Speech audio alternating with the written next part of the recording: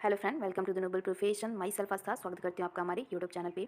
और आज मैं 2400 प्लस का जो रिजल्ट आने वाला है, आई थिंक नोटिफिकेशन आपको मिल चुका होगा कि वैकेंसी को इंक्रीज़ कर दिया गया। तो श्योर है कि इसका रिजल्ट जल्दी आने वाला है और बहुत सारे कैंडिडेट 2400 का रिजल्ट का इंतजार कर रहे हैं।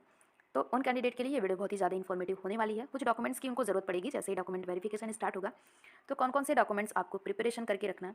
जिन लोगों ने भी एग्ज़ाम दिया है तो उन्हें पता होता है कि उनका सिलेक्शन हो जाएगा कि नहीं होगा, क्योंकि पेपर का लेवल देख के आपकी जो प्रिपरेशन होती है उसके हिसाब से आपको पता चल जाता है। एग्जाम दे के आप आते हो तो आपको लगता है कि हाँ, इस बार आपका सिलेक्शन हो जाएगा।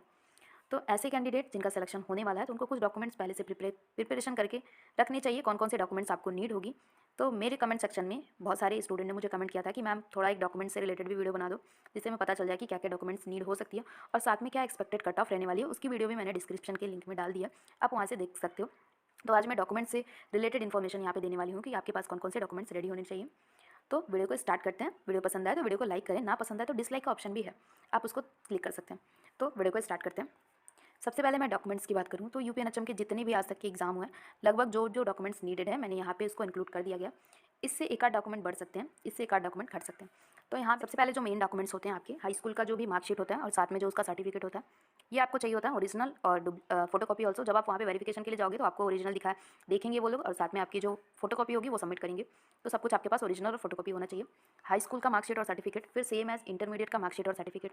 अगर आपने जीएनएम कर रखा है तो जीएनएम के साथ में आपका जो जीएनएम की मार्कशीट है, उसके साथ में जो डिप्लोमा सर्टिफिकेट है और उसके बाद में आपका रजिस्ट्रेशन सर्टिफिकेट होगा। सेम यही चीज़ होगा बीएससी नर्सिंग के लिए भी। बीएससी नर्सिंग के पास उनका मार्कशीट होना चाहिए और सर्टिफिकेट होना चाहिए। अगर यूनिवर्सिटी से आपको डिग्री मिली है तो वो होना चाहिए और साथ में रजिस्ट्रेशन सबसे ज़्यादा मस्ट है। इससे रिलेटेड मैं इन्फॉर्मेशन लास्ट में भी बताऊंगी रजिस्ट्रेशन कब का चाहिए।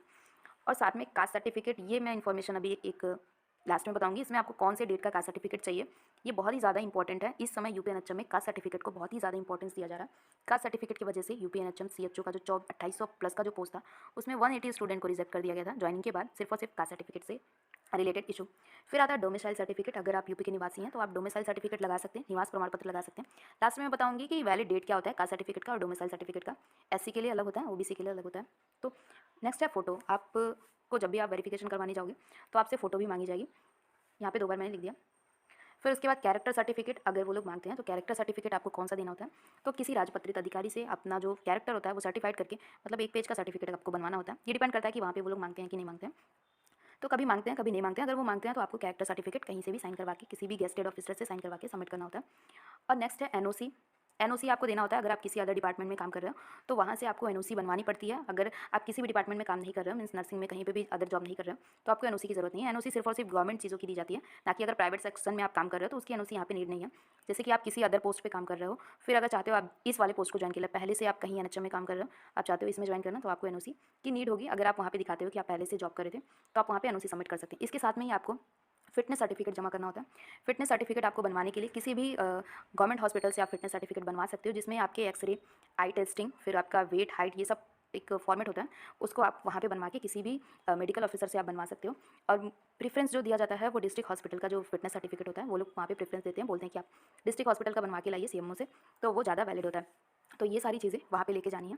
इसमें जो सबसे ज़्यादा इंपॉर्टेंट डॉक्यूमेंट है वो है रजिस्ट्रेशन सर्टिफिकेट और कास्ट सर्टिफिकेट। तो सबसे पहले मैं बता दूँ कि कास्ट सर्टिफिकेट देखिए 2 टाइप्स का होता है, सभी को पता होगा, सेंट्रल कास्ट सर्टिफिकेट और स्टेट कास्ट सर्टिफिकेट।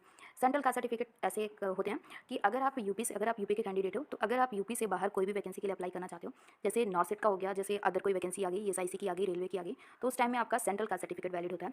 उस समय आपको सेंट्रल कास्ट सर्टिफिकेट बनवाना होता है। अगर आप स्टेट कास्ट सर्टिफिकेट है, मतलब अपने स्टेट में अगर जॉब करना चाह रहे हो, तो आपको स्टेट कास्ट सर्टिफिकेट वैलिड होता है। सेंट्रल कास्ट सर्टिफिकेट आप कहीं पे भी लगा सकते हो, अपने स्टेट में भी लगा सकते हो, दूसरे स्टेट में भी लगा सकते हो। और स्टेट कास्ट सर्टिफिकेट सिर्फ और सिर्फ अपने स्टेट में लगा सकते हो। तो अगर यूपीएनएचएम में आपने स्टेट कास्ट सर्टिफिकेट लगाया तो आपको स्टेट कास्ट सर्टिफिकेट लगाना है। सेंट्रल कास्ट सर्टिफिकेट भी अगर आपके पास है तो वो भी चलेगा, लेकिन अगर स्टेट कास्ट सर्टिफिकेट है तो वो सबसे ज़्यादा बेटर है।